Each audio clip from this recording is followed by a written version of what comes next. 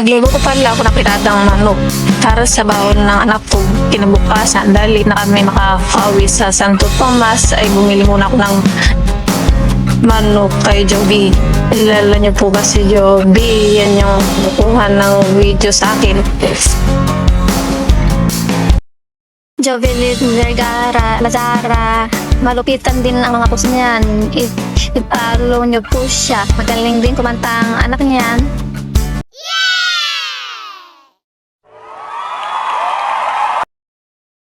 First time ko magluto niyan. Kaya syempre, may dahil hindi ko alam mo anong magkakasunod na ilalagay. At ayan na nga. Gagayat muna ako ng mga ingredients ng apritada. Ayan, may carrots, may patatas, bell pepper. Syempre may green peas din, at kasama na dyan ang ipiprepare ko ay yung mga bawang, sibuyas. Ayan, siyempre gagayatin muna natin bago natin isa-isang igisa sa kawali, sa mahiwagang kawali. Ayan, seryoso ang naggagayat. Di alam pa anong slice ang gagawin. Siyempre may instruction. May instruct yung mag-video sa akin. Kaya naman, talaga naman. Makinig kang maigi, Adonna. Kaya na nga, sige. Naiinip yung nag-video sa akin. At ayan, pati pag-slice ay tuturuan pa. Ayan na nga, at malapit na matapos. Sunod na natin ang bawang. Ayan, sige. Pit-pit pa. Pitin mo ng pit-pitin. Mas bilisan mo yung pag babala ng bawang diyan. Yes, sige. Kaya kunwari ay magaling maghiwa ng bawang. Ayan, kunwari ay chefan. Ang bawang, sibuyas. Ayan ang nakakapagpaiyak talaga sa akin.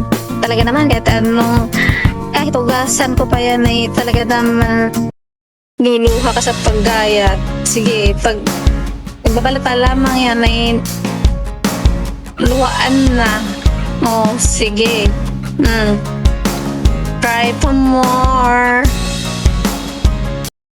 At nagre-reklamo na yung nag-video sa akin at 7 minutes daw ako nag-prepare na ng mga ilalahok sa fritada. Talaga naman, napakabagal. Ayan, ang pagyakapan ng aking bunso, sabi na iyak daw ako. Ayan, tapos na. At sunod naman natin ang manok. Ayan, 2 peraso lamang. Ayan, yan na yung mga nagayat ko. At syempre, hindi ko kaya gayatin yung manok.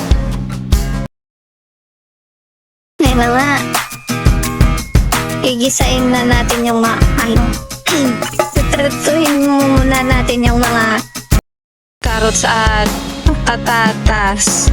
Ayan. Yeah. Pati paglalagay ng mantika ay sasabihin pa talaga. Ayan na nga.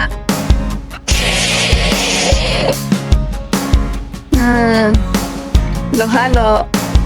Ito sa ayan.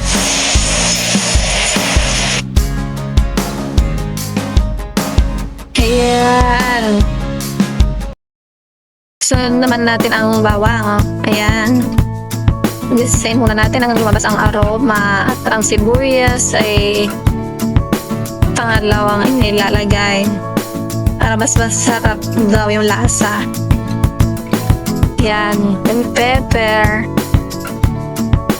ay kamatis pala yun. Diba?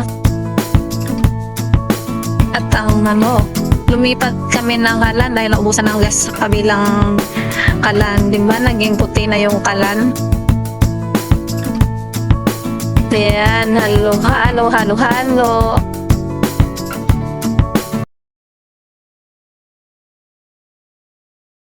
Ilagay na natin ang nor, green peas, at yung mga pinamito kong mga patatas at carrots.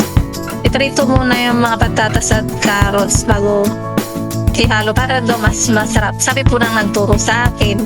At ayan, ilagay na nga yung apritada sauce. Di ba? Sarap.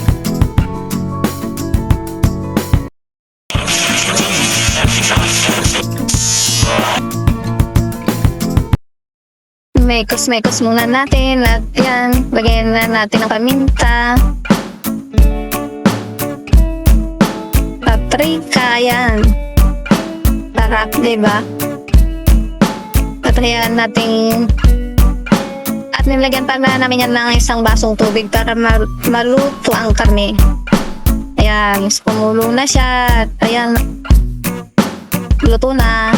Tikim-tikim.